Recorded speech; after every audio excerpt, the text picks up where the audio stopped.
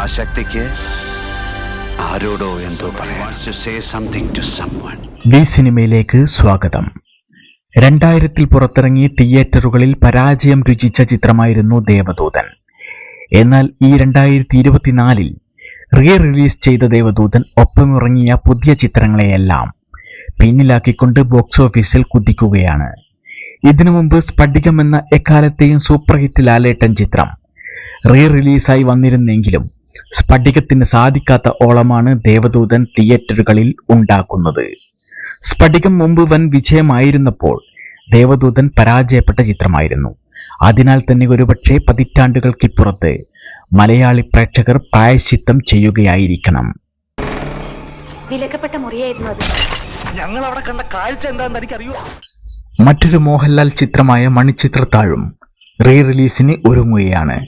മുമ്പ് സൂപ്പർ ഹിറ്റാവാതെ പോയതടക്കമുള്ള പല ചിത്രങ്ങളും റീ റിലീസിന് തയ്യാറെടുക്കുകയാണെന്ന് റിപ്പോർട്ടുകളുണ്ട്.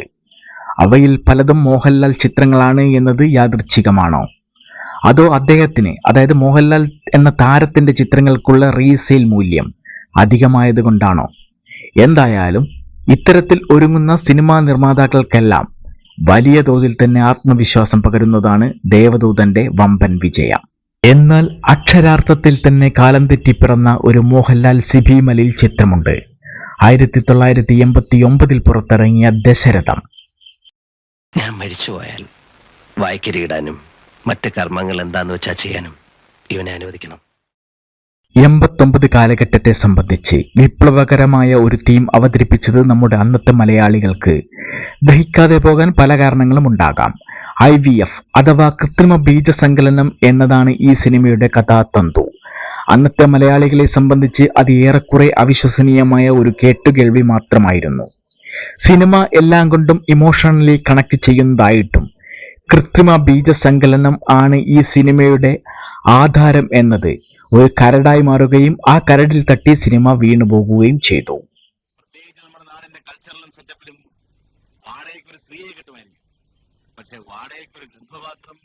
ഈ ചിത്രത്തിന്റെ വിധി നിർണയിച്ച അന്നത്തെ സമൂഹത്തിന്റെ കാഴ്ചപ്പാടിലെ പ്രശ്നം ഈ സീനിലെ സുകുമാരന്റെ ഡയലോഗിൽ തന്നെയുണ്ട്.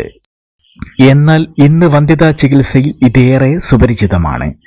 അതിനാൽ തന്നെ കാലത്തിന് മുന്നേ സഞ്ചരിച്ച ഈ സിനിമയ്ക്ക് പാകപ്പെട്ട ഒരു മണ്ണ് 35 വർഷങ്ങൾക്ക് ഇപ്പുറം ഇവിടെ ഒരുങ്ങിയിരിക്കുന്നു എന്നത് ഏറെ കൗതുകകരമായ ഒന്നാണ്.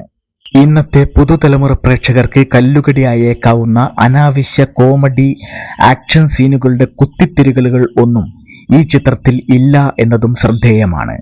കോമഡി ആക്ഷൻ ചിത്രങ്ങളെ സംബന്ധിച്ച് സാങ്കേതികമായും പ്രേക്ഷകരുടെ അഭിരുചി മാറ്റവും ഒക്കെ ദോഷകരമായി ബാധിച്ചേക്കാം.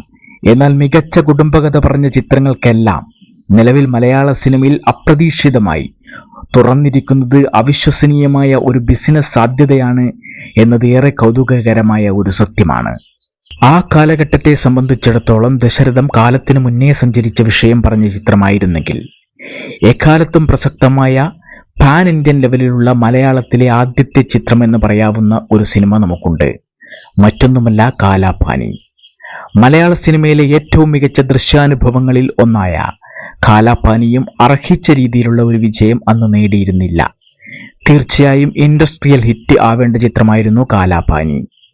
യോദ്ധ, മിഥുനം, അത്തരം സാധ്യതയുള്ള ചിത്രങ്ങൾ ഇനിയുമുണ്ട്. റീ റിലീസിലൂടെ വീണ്ടും വന്നാൽ വിജയ സാധ്യതയുള്ള നിങ്ങൾ നിർദ്ദേശിക്കുന്ന സിനിമകളുടെ പേരുകൾ കമന്റ്സുകളായി രേഖപ്പെടുത്തുമല്ലോ. മറ്റൊരു വിഷയവുമായി വീണ്ടും തുടരാം. Thank you.